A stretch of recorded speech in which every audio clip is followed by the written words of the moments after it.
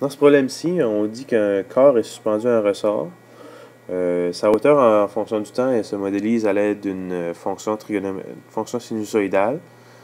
La hauteur minimale du corps, celle qui est en fait sa hauteur initiale, est de 11 cm.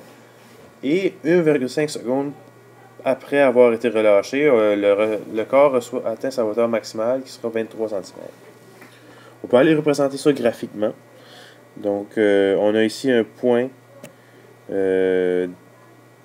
initial où est-ce que la hauteur initiale est de 11 cm. Donc, on a le point 0,11. Par la suite, on a un point juste ici dont les coordonnées sont 1,523, puisque c'est la hauteur maximale. En sachant que c'est une fonction sinusoïdale, je sais que ça va être périodique. Et la fonction va faire quelque chose comme ceci, ainsi de suite.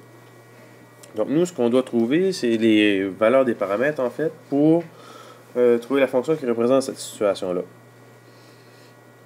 Nous avons tout d'abord un temps qui nous dit que ça nous prend 1,5 secondes pour faire ce qu'on va appeler la moitié d'un cycle, c'est-à-dire qu'on part du minimum et qu'on se rend au maximum.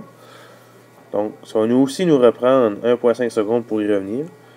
Donc, on pourra conclure que la période va être de 3 secondes.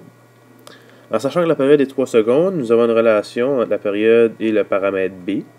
Donc, la période est égale à 2π sur B. Donc, ici, on va remplacer la période par 3.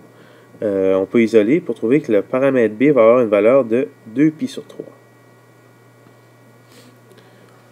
On peut aussi aller déterminer quelle est l'amplitude de cette fonction-là. L'amplitude, c'est la moitié de la différence entre le maximum et le minimum. Donc ici, le maximum est 23, le minimum est 11, et on va prendre la moitié de ceci, ce qui va nous faire 12 divisé par 2. L'amplitude est 6.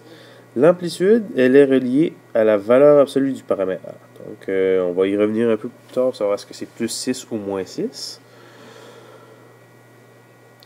Pour ce qui est du paramètre D, ça se trouve à être le milieu de la fonction. Donc, nous avons ici un maximum qui est 23, un minimum qui est 11. Quel est au centre entre les deux?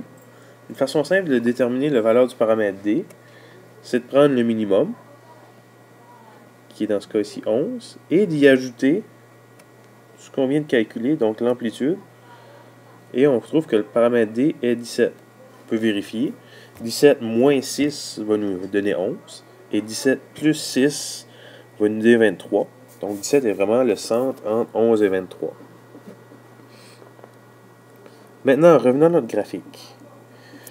Dans ce graphique-ci, on a un point ici de départ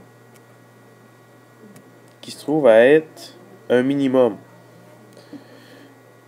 Pour se simplifier la tâche, nous pouvons prendre une fonction trigonométrique qui va être un cosinus pour avoir un point de départ qui va se situer directement sur l'axe des Y.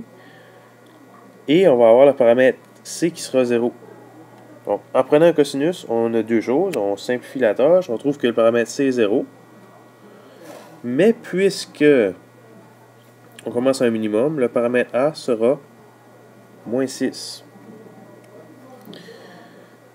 Donc, nous sommes maintenant prêts à écrire la réponse finale. La hauteur en fonction du temps peut être modélisée par la fonction moins 6 cosinus de 2π sur 3t plus 17.